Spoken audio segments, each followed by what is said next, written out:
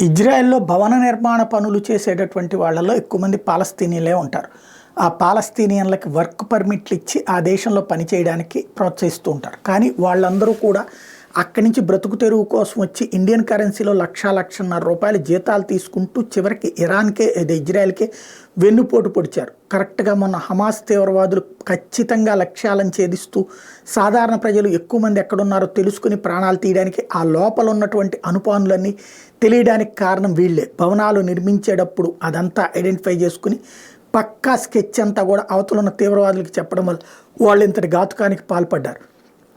అందుకని ఇప్పుడు తాజాగా హమాస్ తీవ్రవాదుల ఘాతుకం తర్వాత ఇజ్రాయెల్ చేసినటువంటి చర్యల్లో భాగంగా ఆయా వర్క్ పర్మిట్స్ని రద్దు చేశారు. మరి అక్కడ ఇజ్రాయెల్లో ఇప్పుడు పక్కన విధ్వంసాలు జరుగుతున్నాయి. హమాస్ వాళ్ళ దాడులో లేకపోతే కనుక ఇతరుల హెజ్బుల్లా వాళ్ళ దాడులు ఇట్లాంటివి చేస్తున్నప్పుడు కొన్ని భవనాలు ధ్వంసం అవుతుంటాయి.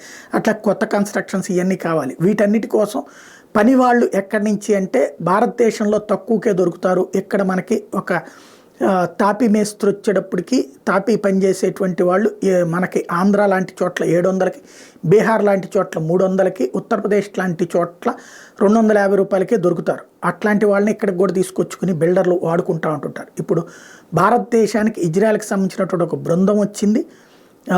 ఆల్రెడీ ఉత్తరప్రదేశ్లో వాళ్ళని రిక్రూట్ చేసుకుంటున్నారు. అంటే తాపీ పని చేసేటువంటి వాళ్ళని రిక్రూట్ చేసుకున్నారు. ఒక్కొక్కరికి రూపాయల జీతంతో పాటుగా వాళ్ళకి అయ్యేటువంటి మెడికల్ ఖర్చులు కూడా పెట్టుకునేందుకు గాను వర్క్ పర్మిట్లు ఇచ్చి తమ దేశానికి తీసుకువెళ్ళడానికి సిద్ధపడుతున్నది ఇజ్రాయెల్కి సంబంధించినటువంటి ప్రతినిధి బృందాలు భారత్లోని వివిధ రాష్ట్రాల్లో తిరుగుతున్నాయి.